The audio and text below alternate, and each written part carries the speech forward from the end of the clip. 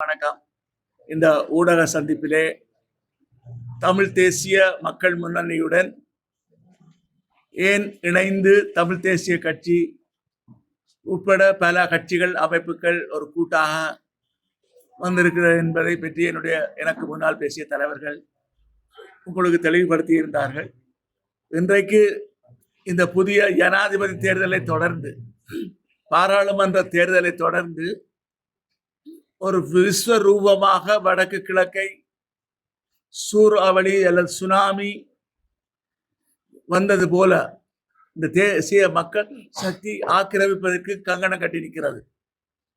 அவர்கள் பல குறிப்பான செயல் திட்டங்களை தீட்டியிருக்கிறார்கள். அதில் குறிப்பாக கல்வெட்டுத்துறையை நோக்கி நேரடியாக ஜனாதிபதி அருண்குமார் திசாநாயக்கா வந்தது. ஒவ்வொரு நாளும் ரோடு அளக்கின்றோம், அது அளக்கின்றோம் என்று அங்கே கூட்டங்களை போட்டு அமைச்சர்கள் ஆளுநர்களை எல்லாம் கொண்டு வந்து நடக்கின்ற காரணத்தால் எங்களுடைய கட்சியைச் சேர்ந்த பலருடைய வேண்டுகோளை ஏற்று நேரடியாக நான் வெள்ளத்துறை நகர சபையினுடைய தலைவர் வேட்பாளராக களமிறங்கி இருக்கின்றேன். தேசிய மக்கள் சக்தியை வெற்றி பெற விடாமல் தடுப்பதற்காக என்னுடைய சுயநலத்தை பொருட்படுத்தாமல் நான் இறங்கி இருக்கின்றேன். நான் வீடு வீடாக சென்று ஆதரவு திரட்டி நிச்சயமாக தேசிய மக்கள் சக்தியை மிகப்பெரிய அளவிலே விரட்டி அடிப்பதற்கு, வடக்கு கிழக்கிலிருந்து விரட்டி அடிப்பதுதான் எங்களுக்கு சரியாக இருக்கும். அவர்கள் இல்லாவிட்டால் அரைகுறை திட்டது ஒன்றை எங்கள் மீது திணிக்கின்ற முயற்சி நடைபெற இருக்கின்றது. அது முறியடிப்பதற்கு நாங்கள் தமிழ் தேசிய மக்கள் முன்னணியுடன் ஏனைய கட்சிகளுடன் இணைந்து நாங்கள் தொடர்ந்து செயலாற்றுவோம். இது தேர்தலுக்கான கூட்டு அல்ல, இது ஒரு இறுக்கமான எங்களுடைய இன விடுதலையை வென்றெடுப்பதற்கு சர்வதேச ரீதியாக புலம்பெயர் இருக்கக்கூடியவர்களும் நாங்களும் அனைவரும் இணைந்து பயணிக்கக்கூடிய ஒரு நிலைமையை உருவாக்க வேண்டும் என்பதிலே நாங்கள் உறுதியாக இருக்கின்றோம். ஆகவே அந்த உறுதிப்பாட்டுக்கு மக்கள் ஆதரவை நாங்கள் நாடி நிற்கின்றோம். நாங்கள் நிச்சயமாக எங்களுடைய இறுதி மூச்சு இருக்கும் வரை இன விடுதலையை நோக்கி பயணிப்போம். அது வெற்றி பெறும் என்ற நம்பிக்கை எங்களுக்கு இருக்கிறது. தமிழர்களின் தாகம், தமிழீழ தாயகம். நன்றி, வணக்கம். அனைவருக்கும் வணக்கம். தமிழ் தேசிய மக்கள் முன்னணியை பொறுத்தவரையிலே இன்றைக்கு இந்த 2025ஆம் ஆண்டு உள்ளூராட்சி சபைகளுக்கான தேர்தலுக்காக இங்கே இருக்கக்கூடிய அமைப்புகளோடு நாங்கள் ஒன்றிணைந்து இருப்பது எங்களுக்கு ஒரு மிகப்பெரிய ஒரு மன ஆறுதலையும் ஒரு நம்பிக்கையும் கொடுக்கின்றது. அதுக்கு காரணம் 2009ஆம் ஆண்டு மே 18ஆம் தேதிக்கு பிறகு தமிழ் தேசிய கூட்டமைப்பாக நாங்கள் ஒன்றாக இருந்த காலத்திலே பல குழப்பங்கள் ஆரம்பிக்கப்பட்டன. விசேஷமாக கொள்கை ரீதியான பிரச்சனைகள் அண்டு உருவாகின நிலையிலே அது ஒரு கட்டம் கட்டமாக வளர்ந்து 2010ஆம் ஆண்டு அகில இலங்கை தமிழ் காங்கிரசும் அன்றைக்கு பாராளுமன்ற உறுப்பினராக இருந்த திரு செல்வராஜ கஜேந்திரன், பத்மினி சிதம்பரநாதன் போன்றவர்களோடு நாங்கள் கொள்கையோடு அன்றைக்கு இருந்த தமிழ் தேசிய கூட்டமைப்புடைய தலைமைத்துவத்தோடு இணங்க முடியாத ஒரு நிலைமை உருவாகினால வெளியேற வேண்டிய ஒரு நிலைக்கு தள்ளப்பட்டோம். அந்த வெளியேற்றம் உடைய அடிப்படை காரணம் 2009 மே 18க்கு பிற்பாடு எந்த கொள்கைக்காக தமிழ் தேசிய கூட்டமைப்பு உருவாக்கப்பட்டதோ அந்த கொள்கையில இருந்து கூட்டமைப்புடைய அன்றையான தலைமைத்துவம் உலகத்துக்கு எடுத்த ஒரு சில முடிவுகள் காரணமாக நாங்கள் வெளியேற வேண்டி வந்தோம். அதை நாங்கள் திரும்பவும் வலியுறுத்த வேண்டிய தேவையில்லை. நாங்கள் காலமாக நாங்கள் அந்த விஷயங்களை எங்களுடைய மக்களுக்கு வலியுறுத்தி வந்திருக்கின்றோம். இன்றைக்கு இந்த 2025ஆம் ஆண்டு தேர்தலில் எங்களுடைய பங்காளிகளாக இருக்கக்கூடிய மற்ற தலைவர்களும் தங்களுடைய அமைப்புகளும் அந்தந்த அவர்களுடைய அனுபவத்திலே இருந்த காரணங்களாக அவர்களுக்கு இருந்த அனுபவத்தில் அவர்களும் ஒரு சில முடிவுகளை எடுத்து இறுதியில் நாங்கள் இன்றைக்கு எந்த தமிழ் தேசிய கூட்டமைப்புடைய 2001ஆம் ஆண்டு கூட்டமைப்பு உருவாக்கப்பட்ட கொள்கைக்காக நாங்கள் அன்று ஒன்றிணைந்தோமோ அதே கொள்கைக்காக நாங்கள் இன்றைக்கு மீண்டும் உறுதியாக பயணிக்கிறதுக்குரிய ஒரு சந்தர்ப்பம் ஏற்பட்டிருக்கின்றது. அந்த வகையிலே தமிழ் தேசிய மக்கள் முன்னணி மிகுந்த மன ஆறுதலை கொண்டிருக்கின்றது. ஏனென்றால் நாங்கள் தான் முதல் கட்டமாக அந்த கொள்கை காரணமாக கூட்டமைப்பை விட்டு விலகினோம். அந்த வகையில் இன்றைக்கு அந்த கொள்கையோட உறுதியாக பயணிக்கக்கூடிய அந்தந்த அமைப்புகளிலே அவர்கள் நின்று இந்த கொள்கைக்காக பாடுபட்டு கடைசியில் நாங்கள் ஒன்றிணையக்கூடிய அந்த சந்தர்ப்பம் உருவாகி இருக்கிறது. எங்களுக்கு தமிழ் தேசிய அரசியல், அதுவும் விசேஷமாக 2024ஆம் ஆண்டு பொது தேர்தலுக்கு பிற்பாடு தமிழ் தேசிய அரசியல் உடைய இந்தியான் யதார்த்தத்தை பார்க்கின்ற பொழுது இந்த கூட்டு இந்தியான் காலகட்டத்தின் கட்டாய தேவை. ஒரு நேர்மையான பலமான கொள்கை ரீதியாக உறுதியாக பயணிக்கக்கூடிய ஒரு கூட்டு முயற்சி தான் இன்றைக்கு அத்தியாவசியம். இதை விளங்கி கொண்டு நாங்கள் இந்த தேர்தல் முடிஞ்ச கையோடையே ஒரு சில முயற்சிகளை ஆரம்பித்திருந்தாலும் கூட துரதிர்ஷ்டவசமாக அதை தமிழரசு கட்சி திட்டமிட்டு தோற்கடித்தது. அவர்கள் அந்த முயற்சிகள் தொடர வேண்டிய தேவை இல்லை. விசேஷமாக கொள்கை ரீதியாக ஒரு இணக்கப்பாட்டை ஏற்படுத்துவதற்குரிய தேவை இப்போதைக்கு இல்லை. என்றால் ஒரு அரசியலமைப்பு பற்றி அரசாங்கம் எந்த விதமான செயல்பாடும் முன்னெடுக்கவில்லை என்ற காரணத்தை காட்டி அந்த முயற்சியை கைவிட்டார்கள். அதுக்கு பிற்பாடு நாங்கள் கதைச்சு கொண்டு இருந்த ஜனநாயக தமிழ் தேசிய கூட்டணி ஒரு புதிய கூட்டணியை எங்களோடு ஒரு வார்த்தை கூட பேசாமல் அவர்கள் தங்கட பாட்டிலே அறிவித்து அது மட்டும் இல்லாமல் இன்றைக்கு இருக்கக்கூடிய இந்த மிக மோசமான வரவு செலவு திட்டத்தை கூட ஆதரிக்கிறதுக்குரிய ஒரு நிலைமைக்கு தள்ளப்பட்டார்கள். ஆகவே அப்படிப்பட்ட ஒரு நிலையிலே இந்த பேச்சுவார்த்தைகள் நாங்கள் எந்தளவு தூரத்துக்கு விரும்பினாலும் கூட அந்த பேசுறதுக்கு நாங்கள் விரும்பின தரப்புகள் அந்த பேச்சுவார்த்தைகளை தொடர்ந்து முன்னுக்கு கொண்டு போக முடியாத ஒரு நிலைமையை உருவாக்கியிருக்கிறார்கள். ஆகவே அந்த ஒரு சூழலிலே இந்த கூட்டு என்றது நமக்கு ஒரு மிகவும் ஆறுதலை கொடுக்கின்றது. ஜனநாயக தமிழரசு கட்சி திரு தவராசா அவர்களோடும் நாங்கள் பேசியிருந்தோம். அவரோடு அவர் தமிழரசு கட்சியிலிருந்து ஜனநாயக தமிழரசு கட்சியாக பிரிந்து செயல்படுவதற்கு முன்பதாகவே தமிழரசு கட்சிக்குள்ளே இருக்கின்ற பொழுதும் நாங்கள் வெளியிலே இருந்து முன்வைக்கிற பல விமர்சனங்களை அவரும் அங்கு இருந்து முன்வைத்தது நாங்கள் விளங்கிக் கொள்ளக்கூடியதாக இருந்த அந்த வகையிலே அவரோடையும் நாங்கள் இந்த பொது தேர்தல் முடிஞ்ச கையோடே நாங்கள் பேச்சுவார்த்தைகளை கொழும்பிலே ஆரம்பித்திருந்தோம். அவர் இங்கே நேரடியாக வர முடியாவிட்டாலும் அவருடைய அமைப்பினுடைய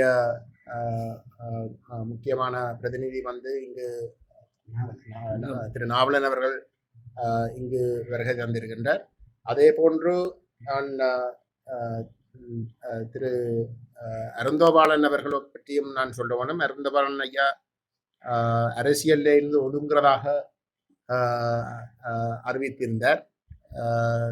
நாங்கள் 2010ஆம் ஆண்டு கூட்டமைப்பை விட்டு விலகிற முடிவு எடுத்த உடனேயே தேடி சென்று சந்தித்த முதலாவது ஒரு முக்கியமான அரசியல் பிரமுகர் திரு அருந்தபாலன் அவர்கள் அன்றைக்கு நேரடியாக அரசியலுக்குள்ளே இறங்கவில்லை.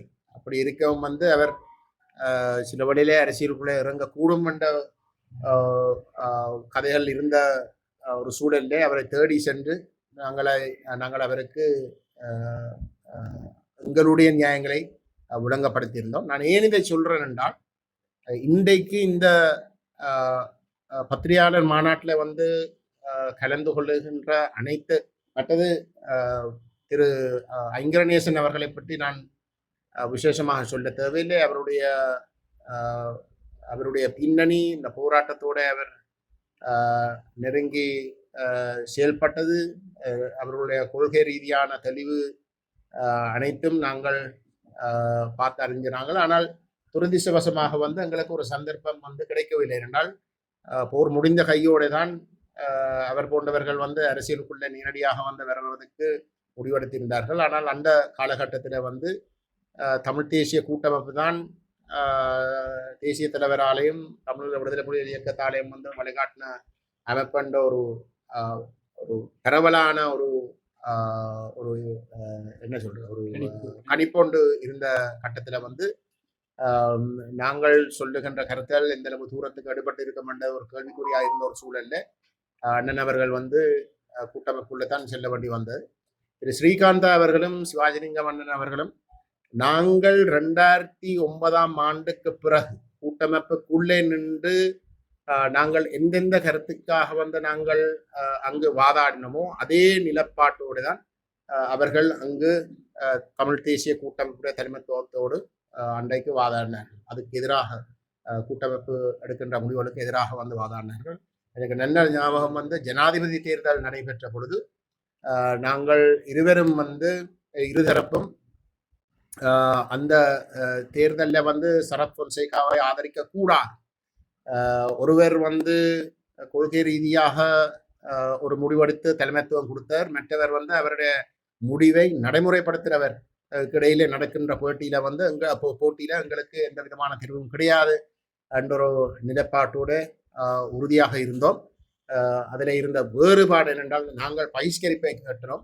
ஆனால் திரு ஸ்ரீகாந்த் ஐயாவும் சிவாஜிலிங்க மன்னனும் ஒரு வேட்பாளரை நிறுத்த வேணும் என்று கேட்டிருந்தார்கள். ஆகவே இந்த இணைவண்டது என்னை பொறுத்தவரையிலே ஒரு மிகவும் ஒரு பெரிய நம்பிக்கை கொடுக்கின்ற ஒரு இணைவாகத்தான் தமிழ் தேசிய மக்கள் முன்னணி இதை பார்க்கின்றது. அந்த வகையிலே நாங்கள் தொடர்ந்தும் இந்த புதிய ஒரு நேர்மையான கொள்கையை மையப்படுத்தின ஒரு அரசியல் கலாச்சாரத்தை முன்னெடுப்பதற்கு நம்முடைய மக்கள் இந்த தேர்தலை பயன்படுத்தி எங்களை பலப்படுத்தியே ஆக வேண்டும். இந்த அணிக்கு நீங்கள் எந்த அளவுக்கு ஒரு ஆணையை வழங்குறீங்களோ, வடகிழக்கில் தமிழர் தாயத்தில் எந்த அளவுக்கு ஒரு பலமான ஆணையை வழங்குறீங்களோ, அது மட்டும்தான் எதிர்காலத்திலே இன்றைக்கு எங்களோடு சேர்ந்து பயணிக்கிறதுக்கு மறுத்து ஒரு சில குழப்பங்களை செய்து கொண்டிருக்கிற தரப்புகளுக்கும் ஒரு கடும் நிர்பந்தத்தை ஏற்படுத்தி எதிர்காலத்திலேயாவது அவர்களும் திருந்தி ஒரு பலமான கொள்கையின் அடிப்படையிலே ஒரு நேர்மையாக தமிழ் தேசிய நிலைப்பாட்டை முன்னுக்கு கொண்டு போறதுக்குரிய ஒரு சந்தர்ப்பத்தை ஏற்படுத்தும். அதை நம்முடைய மக்கள் இந்த தேர்தலிலே அவருக்கு அந்த ஆணையை கொடுத்தே ஆகணும் என்றதை நாங்கள் உரிமையோடு கேட்டுக்கொள்ள விரும்புகின்றோம் என்று கூறி எங்களுடைய சமூக தலைவர்களுடைய கருத்துக்களையும் கேட்கறதுக்கு நான் வாய்ப்பு கொடுக்கிறேன். நன்றி. என்னுடைய வணக்கம். இன்றைய தினம் தமிழ் தேசிய அரசியல் பரப்பிலே ஒரு வரலாற்று முக்கியத்துவம் வாய்ந்த தினமாக எதிர்காலத்திலே கருதப்படும் என்கிற நம்பிக்கையோடு சில கருத்துக்களை எங்களுக்கு முன்னாலே உரையாற்றிய தமிழ் தேசிய மக்கள் முன்னணியின் தலைவர் தம்பி கஜேந்திரகுமார் அவர்கள் தெரிவித்த கருத்துக்களின் அடிப்படையிலும் தொடர்ந்து நான் உங்களோடு பகிர்ந்து கொள்ள விரும்புகிறேன். இது ஒரு பரந்த அரசியல் கூட்டணி. தேர்தலை மாத்திரம் கருத்தில் கொண்டு உருவாக்கப்பட்ட அரசியல் கூட்டணி அல்ல.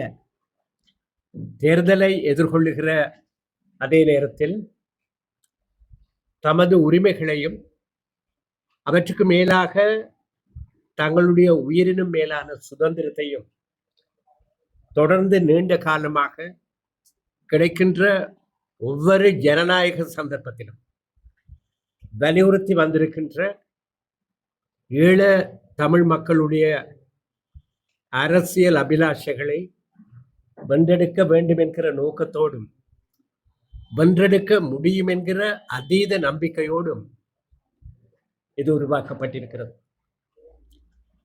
இந்த கூட்டணியிலே எதிர்காலத்திலே இன்னும் சில கட்சிகள் இணையும் என்கிற நம்பிக்கையையும் நாங்கள் கொண்டிருக்கின்றோம். இன்றைய சூழ்நிலையிலே அரசியல் பரப்பிலே இப்பொழுது ஆட்சிக்கு வந்திருக்கிற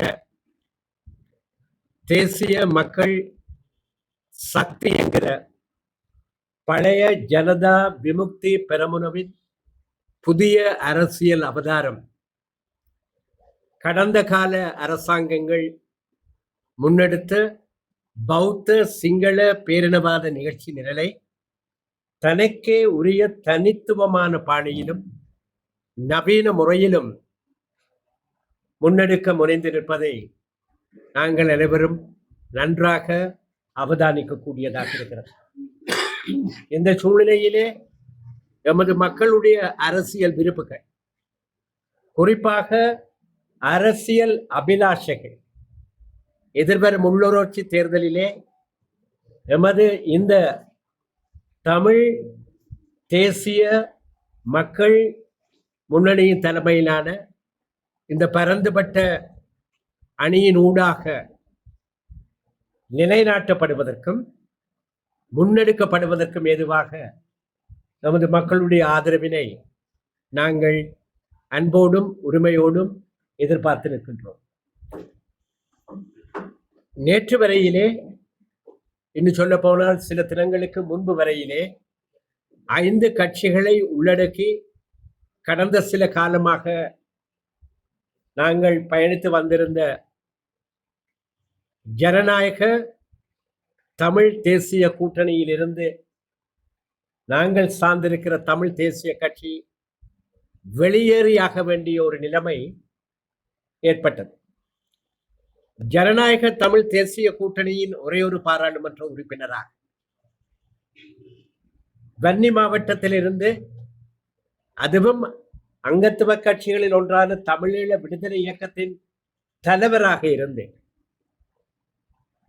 பிரதிநிதித்துவப்படுத்தி நிற்கின்ற அன்புக்குரிய தம்பி செல்வம் அடைக்கலநாதர் அவர்கள் தொடர்ந்து கொண்டிருக்கிற இந்த வரவு செலவு திட்ட நிகழ்வுகளிலே நடந்து முடிந்த 2வது வாக்கெடுப்பிலே வரவு செலவு திட்டத்திற்கு ஆதரவாக வாக்களித்தார் என்பது எங்களால் ஜீரணிக்க முடியாத ஒரு விடயம். அதை நாங்கள் அந்த நிகழ்வை தொடர்ந்து ஜனநாயக தமிழ் தேசிய கூட்டணியின் 5 கட்சிகளும் நாங்கள் உட்பட கலந்து கொண்ட ஜூம் முறையிலான கூட்டத்திலே திட்டவட்டமாக அந்த கூட்டத்தின் ஆரம்பத்திலேயே சுட்டிக்காட்டி, அதற்கு பிரதியீடாக தம்பி அடைக்கலநாதன் வரவு செலவு திட்டத்தின் இறுதி வாக்கெடுப்பிலே அதற்கு எதிராக வாக்களிக்க வேண்டும் என்ற கோரிக்கையை அன்போடும் பணிவோடும் உரிமையோடும் நாங்கள் சமர்ப்பித்தோம். இதில் உள்ள இன்னும் ஒரு முக்கியமான விடயம், எமது கோரிக்கையை, எமது உணர்வுகளை அந்த கூட்டணியிலே இப்பொழுதும் அங்கம் வைத்துக் கொண்டிருக்கிற புரட்சி இயக்கத்தின் தலைவர் அண்ணன் சித்தார்த்தன் அவர்களும், ஈழ மக்கள் புரட்சிகர விடுதலை முன்னணியின் தலைவர் தம்பி பிரேமச்சந்திரன் அவர்களும் கூட வலியுறுத்தினார்கள். ஆனால் அந்த கூட்டத்திலே கலந்து கொண்ட தம்பி செல்வம் அடைக்கலநாதன் தன்னால் அரசாங்கத்தின் வரவு செலவு திட்டத்துக்கு எதிராக வாக்களிக்க முடியாது, வேண்டுமானால் நடுநிலைமை வைக்கலாம் அல்லது வாக்கெடுப்பை புறக்கணிக்கலாம் என்கிற ஒரு சமரச கோரிக்கையை தனக்கே உரிய பாணியிலே முன்வைத்த பொழுது நாங்கள் அதை திட்டவட்டமாக நிராகரித்தோம். ஈற்றில் அவரை அன்போடு வேண்டிக் கொண்டோம், தயவு செய்து நீங்கள் வரவு செலவு திட்டத்துக்கு எதிராக இறுதி வாக்கெடுப்பிலே வாக்களிக்க வேண்டும் என்று கோரினோம். அது நிராகரிக்கப்பட்ட நிலையில்தான் இந்த வரவு செலவு திட்டம் யுத்தம் முடிவடைந்து 16 வருடங்கள் நிறைவடைகிற இந்த சூழ்நிலையிலும் கூட எங்களுடைய தாயகத்திலே லட்சக்கணக்கிலே ஸ்ரீலங்கா படைகளை நிலை நிறுத்தி நிற்கிற சிங்கள பௌத்த பேரினவாத நிகழ்ச்சி நிலை நிறுத்துவதற்கு ஏதுவாக அதற்கான நிதியை பாராளுமன்றத்தின் ஊடான அங்கீகாரத்தின் வழியாக கொடுத்து நிற்கிற இந்த வரவு செலவு திட்டத்திற்கு எங்களுடைய பாராளுமன்ற உறுப்பினர் எதிர்த்து வாக்களிக்க முடியவில்லை என்றால் அந்த கூட்டணியிலே எங்களுக்கிடம் இருக்க முடியாது என்கிற நிலைப்பாட்டுக்கு நாங்கள் வந்தோம். எங்களை போன்ற கருத்துக்களை கொண்டிருந்தாலும் இப்பொழுதும் கூட அண்ணன் சித்தார்த்தன் அவர்களும் தம்பி சுரேஷ் பிரேமச்சந்திரன் அவர்களும் நான் நம்புகிறேன் தேர்தலுக்கு பிறகாவது இந்த கூட்டணி தொடர்பிலே ஜனநாயக தமிழ் தேசிய கூட்டணி தொடர்பிலே ஒரு திட்டவட்டமான நிலைப்பாட்டிற்கு வரவேண்டியதற்கான இன்னும் ஒரு காரணத்தை இந்த தேர்தல் முடிவுகள் வழங்கும் என்று நான் நம்புகிறேன். ஆகவேதான் இந்த சந்தர்ப்பத்திலே நாங்கள் அனைவரும் ஒன்றாக இணைந்திருக்கிறோம். இந்த இணைவு ஒன்றும் செயற்கையானது அல்ல. கடந்த பாராளுமன்ற தேர்தலிலே டான் தொலைக்காட்சியினுடைய நேர்காணலிலே தேர்தலுக்கு சில தினங்களுக்கு முன்னர் நான் கலந்து கொண்டிருந்த பொழுது ஒரு கட்டத்திலே எங்களுக்கு வாக்களிக்கவில்லையே, 5 கட்சிகளை கொண்ட ஜனநாயக தமிழ் தேசிய கூட்டணிக்கு நீங்கள் வாக்களிக்கவில்லையெனில் தமிழ் தேசிய மக்கள் முன்னணிக்கு வாக்களியுங்கள் என்பதை நான் பகிரங்கமாக தயக்கம் எதுவும் என்று கூறியிருந்தேன். அதற்கு பல அழுத்தமான காரணங்கள் இருந்தன. நாங்கள் அவ்வப்போது தமிழ் தேசிய மக்கள் முன்னணியின் நேர்மையான, உறுதியான, உண்மையான நிலைப்பாட்டை பகிரங்கமாக அங்கீகரிக்கவோ அதை திட்டவட்டமாக தெரிவிக்கவோ தவறியதில்லை.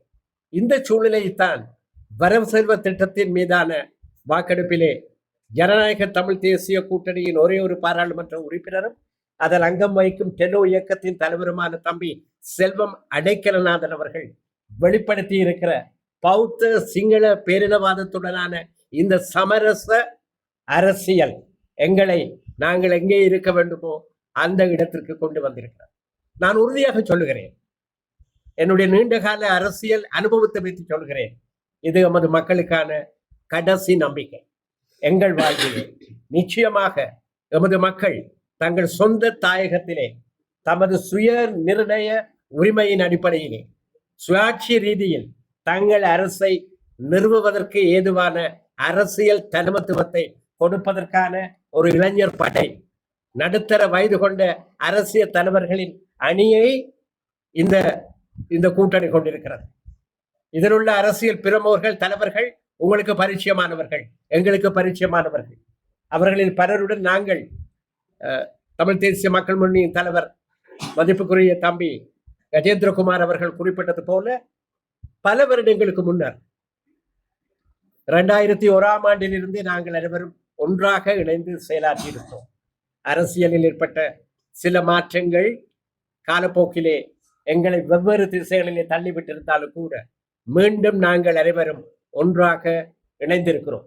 இது தேர்தலுக்கான கூட்டு அல்ல. தேர்தல்கள் வரும் போகும், ஆனால் தேர்தல்களை நாங்கள் புறக்கணிக்க முடியாது.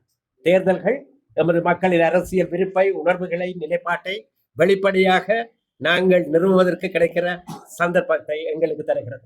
அந்த அடிப்படையிலே இந்த உள்ளூராட்சி தேர்தலிலே தமிழ் தேசிய மக்கள் முன்னணியின் சார்பிலே அதன் சின்னத்தின் கீழே ஒரு பரந்துபட்ட அணியின் வேட்பாளர்களாக நிறுத்தப்பட்டிருக்கும் சுயமரியாதை கொண்ட தமிழ் சகோதர சகோதரிகளுக்கு எங்கள் தமிழர் தாயகத்திலே மன்னாரிலிருந்து அம்பாறை வரையிலே பறந்து விரிந்து கிடக்கிற தமிழ் ஈழத்திலே நடக்கிற வாக்கெடுப்பிலே எமது மக்கள் அமோகமாக வாக்களிப்பதன் ஊடாக தமது அரசியல் நிலைப்பாட்டை மீண்டும் ஒருமுறை எந்தவித சந்தேகம் எழக்கூடிய விதத்தை உடைத்தறிந்து நிறுவார்கள் என்கிற நம்பிக்கையோடு அதற்கான அழைப்பையும் நாங்கள் பகிரங்கமாக விடுகிறோம்.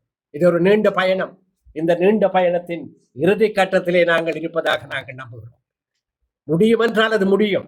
நமது மக்களின் உரிமைகளை நிலைநாட்ட முடியும் என்றால், எமது தேசிய இனத்தின் அடிமை சங்கிலியை அடித்து உடைத்து நொறுக்க முடியும் என்று நாங்கள் நம்பினார் அது முடியும். அந்த வழியில் தான் எமது மக்களை ஓரணி திரட்டி இளம் தலைவர்களை, நடுத்தர வயது கொண்ட தலைவர்களை, நம்பிக்கை, நாணயம், உண்மை, நேர்மை கொண்ட தலைவர்களை முன்னணி பிரமுகர்களாக கொண்டிருக்கிற இந்த அரசியல் அணிக்கு ஆதரவு வழங்க நாங்கள் முன்வந்திருக்கிறோம். இந்த ஆதரவு தொடரும். எந்த சந்தர்ப்பத்திலும் எந்த நிலைமையிலும் எங்களுக்கு இருக்கிற ஒரே தெரிவு ஒன்றுதான். ஒன்றில் இந்த முன்னணியோடு இந்த கூட்டணியோடு சேர்ந்து பயணிக்க முடியவில்லை எனில் அரசியலை விட்டு ஒதுங்குவது என்கிற நிலைமை ஏற்பட மாட்டாது, ஏற்படக்கூடாது.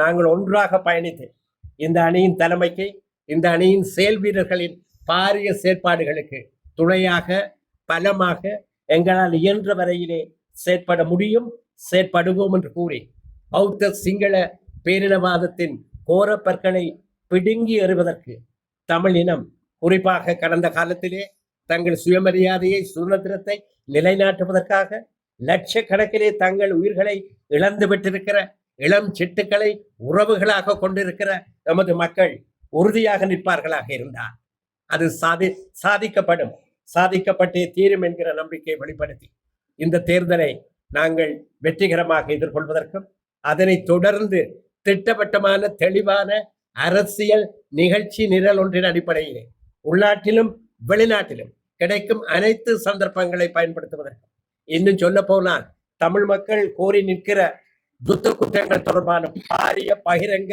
சர்வதேச விசாரணையை வலியுறுத்துவதற்கு யுத்த குற்றவாளிகள் அனைவரையும் தயவு தாட்சணியமின்றி நீதியின் முன்னாலே சர்வதேச அரங்கிலே, சர்வதேச நீதிமன்றத்திலே நிறுத்துவதற்கும் இந்த அணி தன்னால் இயன்ற வரையிலே தொடர்ந்து பணியாற்றும் என்கிற நம்பிக்கையையும் வெளிப்படுத்தி இந்த சந்தர்ப்பத்திற்காக நன்றி கூறுகிறேன். இது உங்களது சந்தர்ப்பம், வரலாறு தந்திருக்கிற சந்தர்ப்பம். இந்த சந்தர்ப்பத்தை நாங்கள் தவறவிட முடியாது. சந்தர்ப்பங்களை தவறவிட்டால் அதனுடைய விளைவுகள் பாரதூரமாக அமையும் என்பதை வரலாறு கூறியிருக்கிறது. இந்த சந்தர்ப்பத்தை நாங்கள் பயன்படுத்துவோம். ஒரு நல்ல தலைமையை நாங்கள் முன்னிறுத்தி இருக்கிறோம். இந்த தலைமை நிச்சயமாக நேர்மையாக செயல்படும். கல்லறிய முடியாத ஒரு தலைமையை இந்த அணி கொண்டிருக்கிறது. ஆகவேதான் இதற்கு வெளியே இருப்பவர்களும் உள்ளே வருவதற்கு ஏதுவாக கண்ணியமான தம்பி கஜேந்திரகுமார் அவர்கள் சொன்னது போல ஒரு நல்லதொரு நாகரிகமான அரசியல் கலாச்சாரத்தின் பிரதிநிதிகளாக இந்த அணி மக்களின் ஆதரவை நாடி நிற்கிறது. மிகுதி மக்களை பொறுத்தது.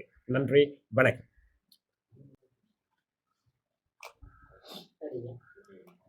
நடைபெறுகின்ற உள்ளூராட்சி தேர்தலில் தமிழ் தேசிய பசுமை இயக்கம் தமிழ் தேசிய மக்கள் முன்னணியுடன் இணைந்து பணியாற்றுவது என்று சொல்லி தீர்மானம் எடுத்திருக்கின்றது.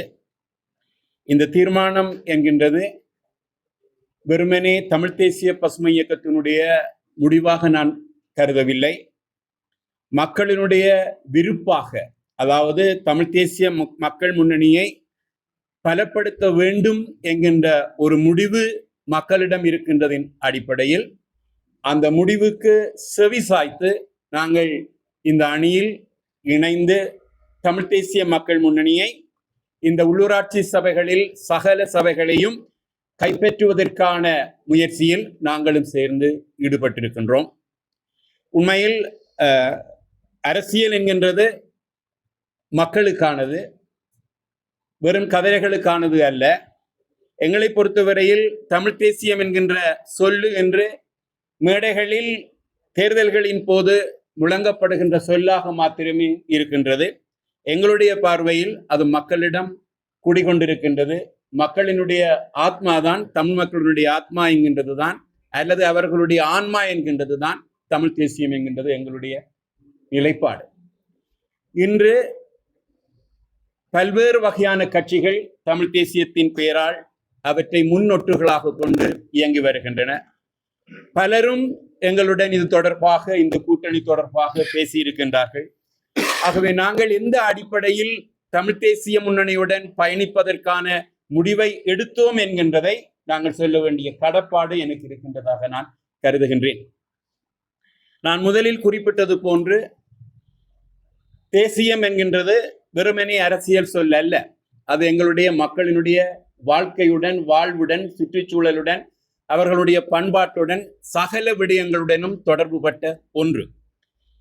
இன்று எங்களுடைய இளைய சமுதாயம் போதைப் பொருளுக்கும் பல்வேறு வகையான சமூக சீரழிவுகளுக்கும் சிக்கி சீரழிந்து கொண்டிருக்கின்ற பொழுது நாங்கள் நம்புகின்ற தேசியத்தின் பெயரால் இயங்கிக் கொண்டிருக்கின்ற கட்சிகளினுடைய தலைவர்கள், உறுப்பினர்கள் மதுபான சாலை அனுமதி பத்திரங்களை பெற்று விற்று அவற்றினால் தங்களுடைய கல்லாக்களை நிரப்புகின்ற பொழுது அந்த அணிக்கு நாங்கள் அளிக்கின்ற ஆதரவு என்கின்றது மென்மேலும் எங்களுடைய இளைய தலைமுறையை படுகொலிக்குள் தள்ளுவதாகவும் சில கட்சிகளினுடைய அல்லது தலைவர்களை அல்லது பாராளுமன்ற உறுப்பினர்களை பொருளாதார ரீதியாக அவர்களுடைய சொந்த தேவைகளை ஈடு செய்யும் பொருட்டு வலுப்படுத்துவதாகவும் அமையும் என்கின்றதின் அடிப்படையில் அவர்களை நிராகரிக்க வேண்டிய நிலைப்பாடு எங்களுக்கு இருக்கின்றது.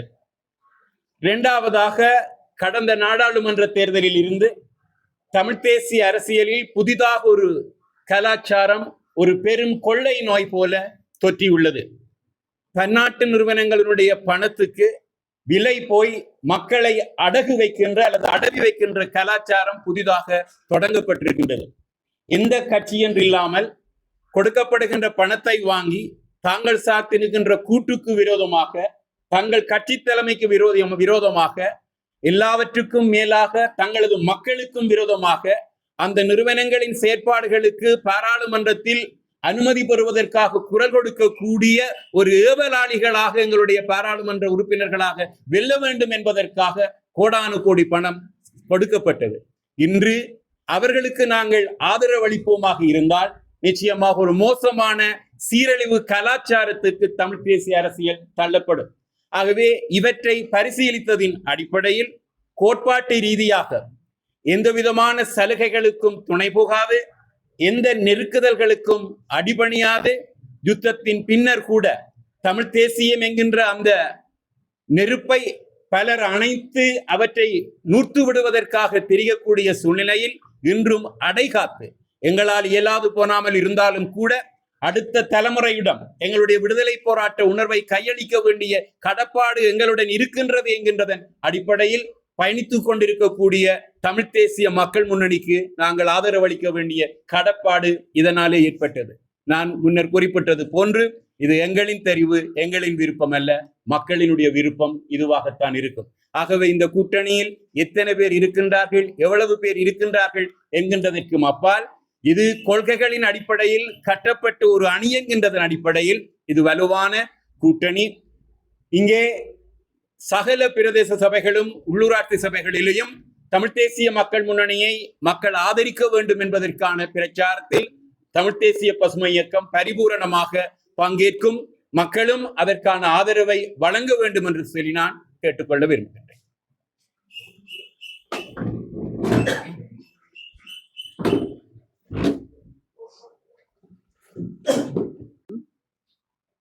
நானும் என்னுடைய ஆதரவாளர்களும் தமிழ் மக்கள் தேசிய முன்னணிக்கு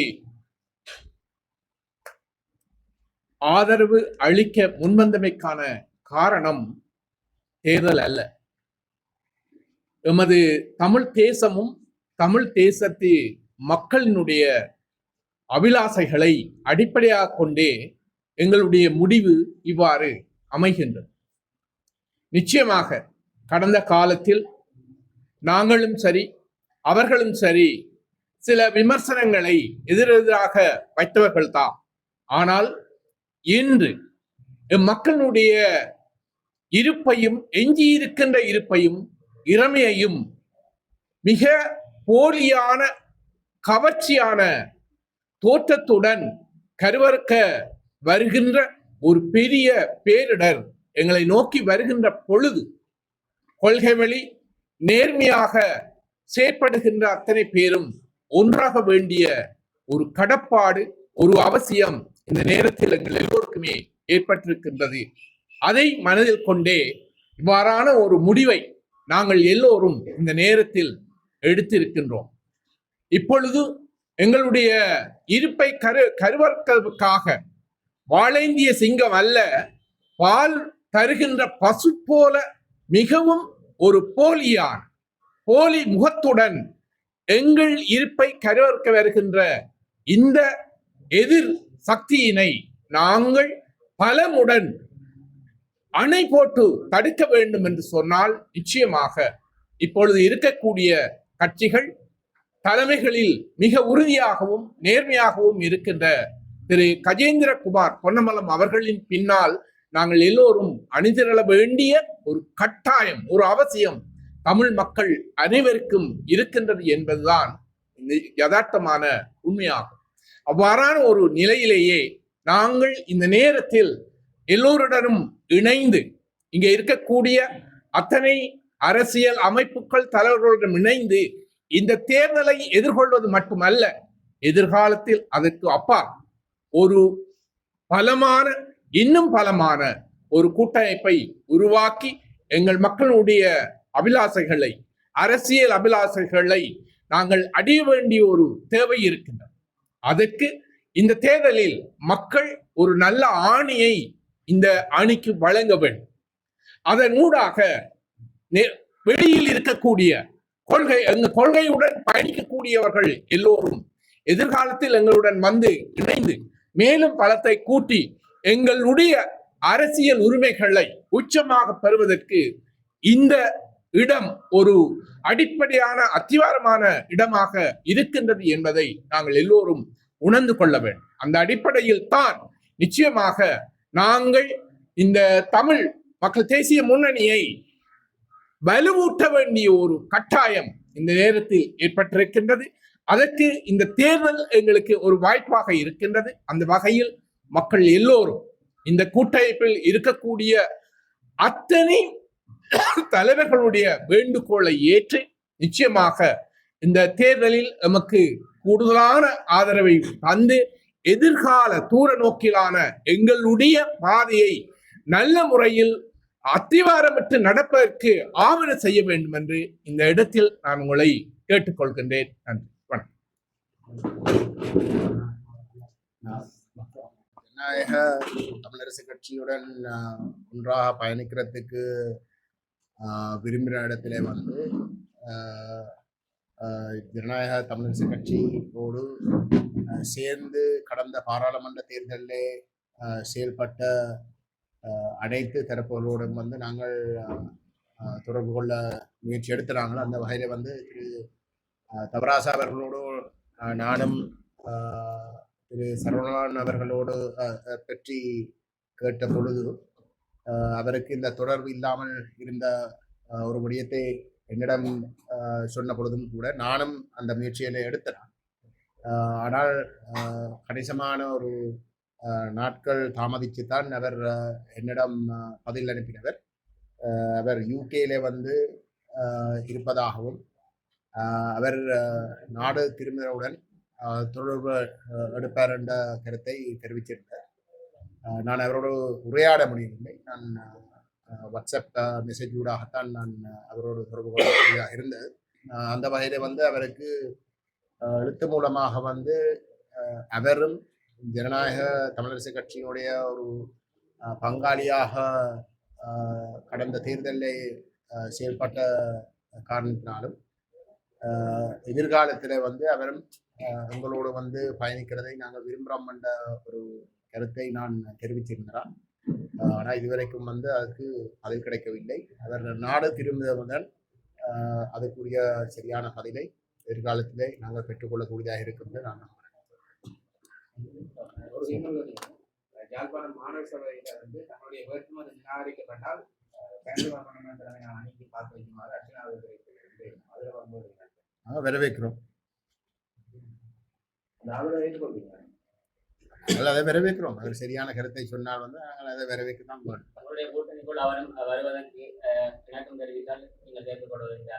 நாங்கள் திரு அர்ச்சனாவுடன் இப்பத்தான் நாங்கள் பேச துவங்கியிருக்கோம். அவரே நினைக்கிறேன் அந்த கருத்தை சொல்லியிருக்கிறேன். நாங்கள் தான்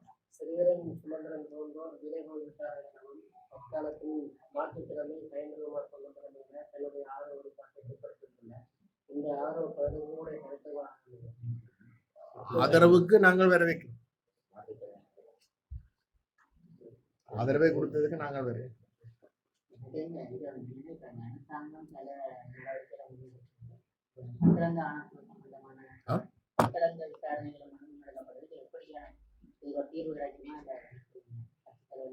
தீர்வு எங்களை பொறுத்தவரையில வந்து மத்தலாந்த கமிஷன்ல வந்து தீர்வு கிடைக்கிறதுக்கான வாய்ப்புகள் சில வழியில இருக்கலாம் என்றால் வந்து அதில் குறிப்பாக வந்து ரணில் விக்ரமசிங்க அவர்கள் தொடர்பாக வந்து சொல்லுகின்ற குற்றச்சாட்டுகளால் வந்து பாதிக்கப்பட்ட தரப்பு தான் இன்றைக்கு ஆட்சியில் இருக்கின்றது.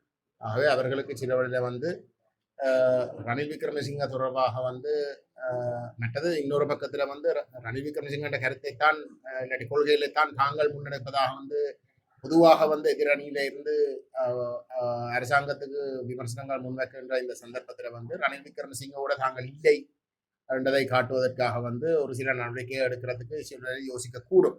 அது வெற்றி பெறுகிறதோ முன்னுக்கு போகுதோ இல்லையோன்றதை வந்து அதுக்கு பதில் நான் சொல்ல முடியாது, நாங்கள் இருந்துதான் பார்க்கணும். ஆனால் அதுக்கு மேலதிகமாக வந்து நாங்கள் சொல்ல வேண்டியது என்னன்னா, இந்த பத்ராந்த கமிஷனுக்கும் விட உலகத்தாலேயே வந்து கணிக்கப்படுகின்ற தமிழினத்துக்கு எதிராக மேற்கொள்ளப்பட்ட சர்வதேச குற்றவியல் சட்டங்களை மீறுகின்ற குற்றச்சாட்டுகள் விசாரிக்கப்பட்டே ஆக வேண்டும். அந்த வகையில வந்து அந்த விசாரணைகளை முன்னெடுப்பதற்கு வந்து இந்த அரசாங்கம் குறிப்பிட்டிருக்கின்ற காரணங்கள் அனைத்துமே வந்து இதுக்கு முதல் ஆட்சியிலே இருந்த மஹிந்த ராஜபக்ச, கோட்டாபய ராஜபக்ச, ரணில் விக்ரமசிங்க உடைய கருத்துக்களாகவே தான் இருக்கின்றன.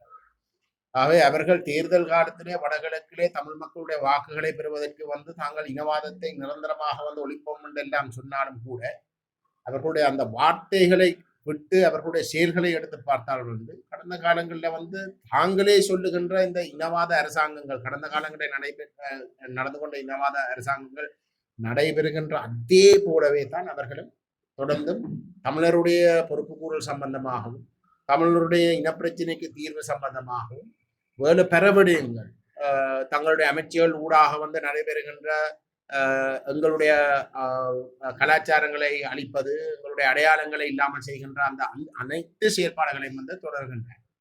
ஆக எங்களை பொறுத்தவரையிலே வந்து தமிழரை பொறுத்தவரையிலே இந்த கடந்த காலங்களில் நடைபெற்ற குற்றங்களை விசாரிப்பதாக இருந்தால் அது ஒரு சர்வதேச குற்றவியல் விசாரணை ஊடாக மட்டும்தான் அதை நாங்கள் எதிர்நோக்கலாம். ஜேவிபிக்கு நடைபெற்ற குற்றங்களை போன்று தமிழருக்கு நடைபெற்ற குற்றங்களை வந்து நாங்கள் ஒப்பிட்டு பார்க்க முடியாது என்பதுதான் கூட்டுத்தொடர்புகளை அந்த அரசியலமைப்புடைய கூட்டுத்தொடர்புகளை அவர்கள் உங்களுடைய அந்த கூட்டுத்தொடர்பிலான முறியடித்துள்ளார்கள் என தெரிவிக்கிறது. இந்த நிலையில்தான் இந்த நீங்கள் அழைப்பை கொடுக்கவில்லை என ஜனநாயக தமிழ் தேசிய அப்படியாக இருந்தால் வந்து திரு சுரேஷ் பிரேமச்சந்திரன் வந்து அவர்களுடைய பாராளுமன்ற குழு தலைவரை வந்து நீக்குவார். ஏனென்றால் நாங்கள் திரு செல்வம் அடைக்கல்நாதன் ஜனநாயக தமிழ் தேசிய கூட்டணியுடைய பாராளுமன்ற குழு தலைவர் என்ற வகையிலே, பாராளுமன்ற உறுப்பினர் என்ற வகையில வந்து அவரோட நாங்கள் பேசினோம். பகிரங்கமாக வந்து நாங்கள் சொல்லியிருந்தோம் வந்து இது வெறுமனே வந்து பாராளுமன்ற உறுப்பினர்களுடைய பேச்சுவார்த்தை அல்ல, இது அவர்கள் சார்ந்த கட்சிகள் ஓடு நடக்க வேண்டிய பேச்சுவார்த்தை. திரு ஸ்ரீதரன் அவர்களோடு பேசுகின்ற பொழுதும் கூட நாங்கள் தெளிவாக சொல்லியிருந்தோம் வந்து இது திரு ஸ்ரீதரன் அவர்களோடும் தமிழரசு கட்சியுடைய பாராளுமன்ற குழுவோட வந்து நடக்கின்ற பேச்சுவார்த்தை அல்ல, இது தமிழரசு கட்சியோட நடக்க வேண்டிய ஒரு பேச்சுவார்த்தை. ஆகவே 25ஆம் தேதி டிசம்பர் மாதம் நாங்கள் அந்த தினங்களை டிசம்பரோ ஜனவரி மாதம் நாங்கள் அந்த தினங்களை குறிப்பிட்டது வந்து கட்சிகளுடைய பிரதிநிதித்துவத்தை வந்து உள்வாங்கி பேச்சுவார்த்தை நடத்துறது. குறிப்பாக வந்து ஜனநாயக தமிழ் தேசிய கூட்டமைப்பை பொறுத்தவரையில வந்து அங்கு 5 பங்காள கட்சிகள் இருக்கின்றன. அந்த அனைத்து தரப்புகளும் பிரதிநிதித்துவப்படுத்தப்படக்கூடிய வகையிலே அந்த பேச்சுவார்த்தைகள் முன்னெடுக்கப்பட வேண்டும் என்பதை நாங்கள் பகிரங்கமாக சொல்லியிருக்கோம். இது நாங்கள் ரகசியமாக சொன்ன ஒரு விஷயம் இல்லை, நாங்கள் பகிரங்கமாக வந்து ஊடகங்களுக்கும் கூட வந்து நாங்கள் சொல்லியிருக்கோம்.